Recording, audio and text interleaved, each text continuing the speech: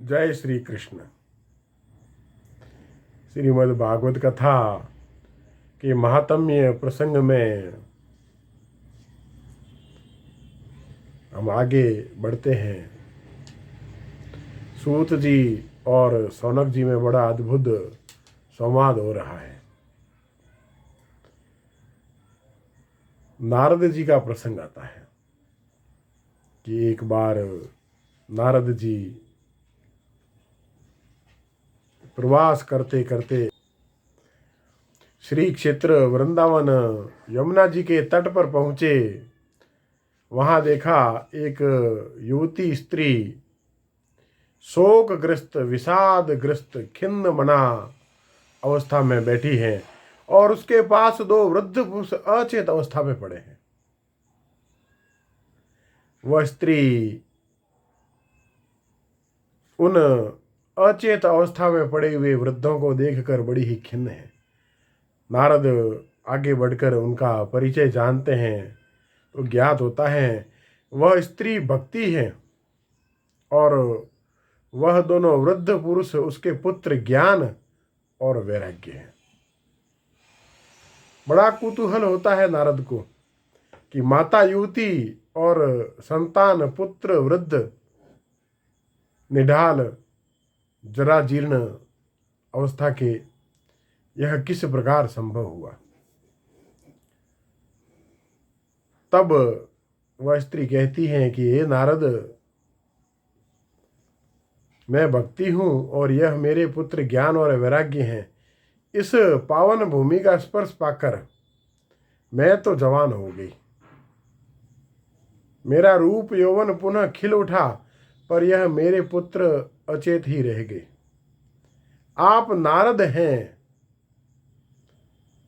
आपकी बड़ी अद्भुत महिमा है, आप कुछ कीजिए।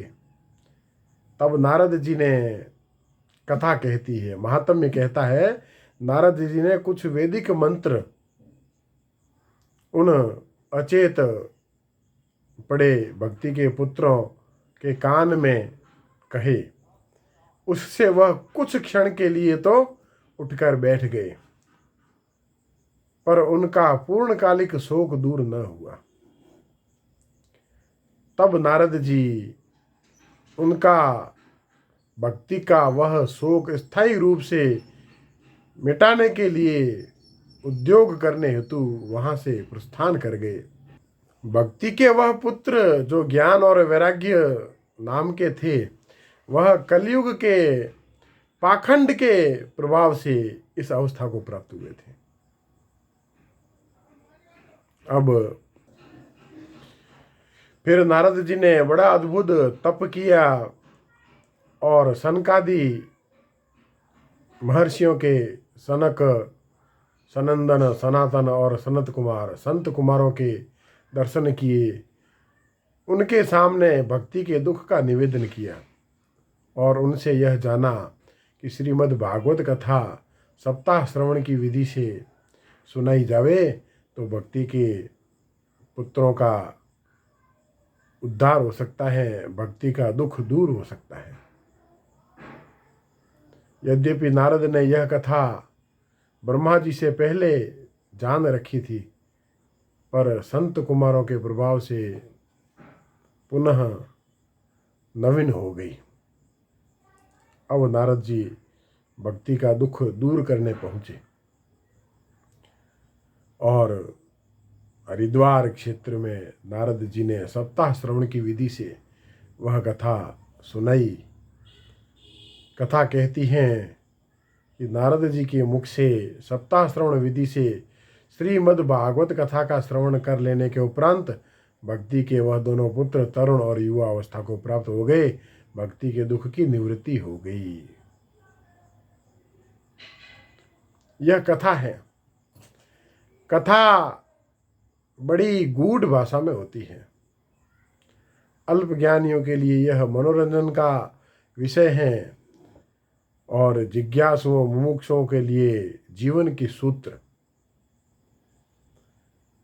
नारद भक्ति, ज्ञान और वैराग्य 4 पात्र हैं और 5वें पात्र हैं सदा ब्रह्मचर्य अवस्था में निवास करने वाले, रहने वाले, विचरने वाले संत कुमार। इन्हें समझ लीजिए, कथा का महात्म्य समझ आ जाएगा। सूत जी ने कहा था ना, सर्व सिद्धांत निष्पन्नम, सारे सिद्धांतों का सार है यह कथानक। तो अब नारद कौन है?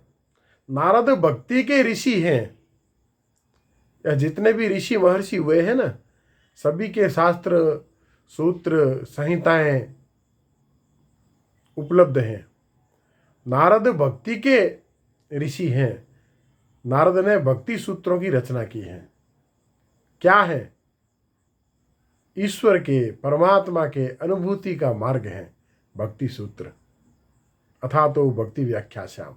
अब भक्ति की व्याख्या करते हैं। और भक्ति क्या है? साहा तस्मिन परम प्रेम रूपा, उसके प्रति वह कौन? परम पुरुष, परमात्मा, जिसे ईश्वर कहिए, ब्रह्म कहिए, उसके प्रति परम प्रेम रूप है। साधारण प्रेम रूप नहीं है, परम प्रेम रूप है। और भक्ति कैसी है? अमृत स्वरूपाच, अमृत के समान। अमृत जो कभी मृत नहीं होती, नष्ट नहीं होती। तो भक्ति सोच सी दिखाई है, क्योंकि भक्ति तो अमृत है। और फल रूपात्वात, फल रूप है। भक्ति कोई क्रिया नहीं है, भक्ति कोई कर्म नहीं है। भक्ति तो हमारे जीवन की साधना का फल है। हमारे जीवन की सत्संगत का, साधना का, तपस्या का जो फल है, उसका नाम है भक्ति। भक्ति स्वयं कब फलीभूत होती है? माता कब फलीभूत होगी? जब उसके संतान हो जाएगी। तो भक्ति का बड़ा पुत्र कौन है? ज्ञान। आपने खूब भक्ति कर ली, आप स्वयं को भक्त मानकर बैठ गए कि हम तो ठाकुर जी के भक्त हैं, हमारी चिंता ठाकुर करेंगे। ठीक है, आपकी चिंता ठाकुर करेंगे, पर आप भक्त हैं, इस बात का मापदंड क्या है आपके पास? क्या आपको ज्ञान हो चुका है सत्य का, अध्यात्म का, जीवन का? क्या आप ज्ञान को प्राप्त हो चुके हैं? यदि आपके भीतर ज्ञान के बीज स्फुटित हो गए, आप ज्ञान को उपलब्ध हो गए, ज्ञानी हो गए, तब आपकी भक्ति फलवती हो रही है। तो भक्ति का प्रथम पुत्र है ज्ञान। और जब ज्ञान प्राप्त होता है तब क्या होता है? द्वितीय पुत्र क्या है भक्ति का? वैराग्य।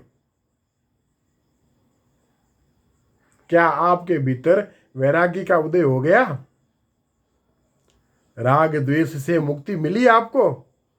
सांसारिक वस्तुओं का, सांसारिकता का राग मिट गया? किसी भी प्रकार का राग मिट गया?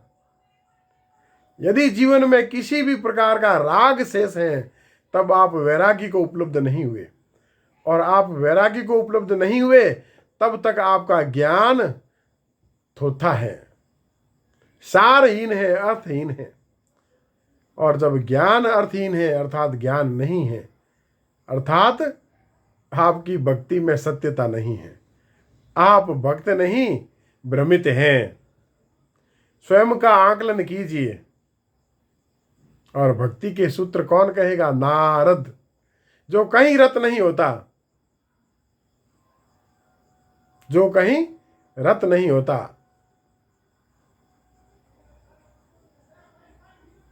प्रजहाति यदा कामान सर्वान पार्थ मनोगतान, आत्मने वात्मना तुष्ट स्थित प्रज्ञस्त दोच्यते। प्रजहाति यदा कामान सर्वान पार्थ मनोगतान। भगवान गीता में कहते हैं ना कि जब मनुष्य अपने सारी कामनाओं का त्याग कर देता है, मन से उत्पन्न होने वाली सारी कामनाओं का त्याग कर देता है और अपनी आत्मा से आत्मा में ही संतुष्ट रहता है, उस स्थिति में वह स्थित प्रज्ञ कहा जाता है, अन्यथा नहीं। और नारद स्थित प्रज्ञ योगी हैं, देवताओं के ऋषि हैं नारद, देवर्षि, इसलिए वह भक्ति के सूत्रों के अधिकारी हैं। भक्ति सीखनी है तो नारद से, निस्पृह, कहीं नहीं टिकते, कहीं नहीं ठहरते, कहीं नहीं रुकते। श्वास आती है चली जाती है, वैसे ही नारद आते हैं चले जाते हैं। नारद भक्ति के ऋषि हैं। अब नारद जी ने वेद मंत्रों से भक्ति के पुत्रों को एक बार चैतन्य किया था। कथा कहती है ना, आप वेदादि कर्मकांड के द्वारा ज्ञान को प्राप्त होते हैं, वैराग्य को प्राप्त होते हैं। जब आप वेद से, कर्मकांड से जुड़े रहेंगे तो आप ज्ञान से युक्त रहेंगे और आपको उस समय वैराग्य भी रहेगा। पर वह अवस्था क्षणिक क्यों? क्योंकि हम नित्य निरंतर वेद के अनुसार आचरण नहीं कर पा रहे हैं। तो आचरण कैसा चाहिए? नारद जी कहते हैं सप्ताह श्रवण की विधि। सप्ताह श्रवण, सप्ताह अर्थात सातों दिन रमे रहो उसी ज्ञान में, उसी भक्ति में, उसी वैराग्य में, तब फलीभूत होंगे आपके ज्ञान और वैराग्य। दिन कितने होते हैं? 7। आदित्यवार से शनिवार पर्यंत 7 वार होते हैं एक सप्ताह में। और सप्ताह भर 7 दिन श्री हरि में रमण करते रहो, ज्ञान में रमण करते रहो। श्रीमद् भगवद गीता, उपनिषद, वेद, योग का मार्ग धारण किए रहो। तब भक्ति के साथ साथ ज्ञान और वैराग्य, यह दोनों भी चैतन्य रहेंगे। और जब ज्ञान चैतन्य रहेगा तब वैराग्य चेतन होगा, और वैराग्य चेतन होगा तभी मुक्ति की प्राप्ति होगी, परमात्मा की प्राप्ति होगी, मेरे राम की प्राप्ति होगी।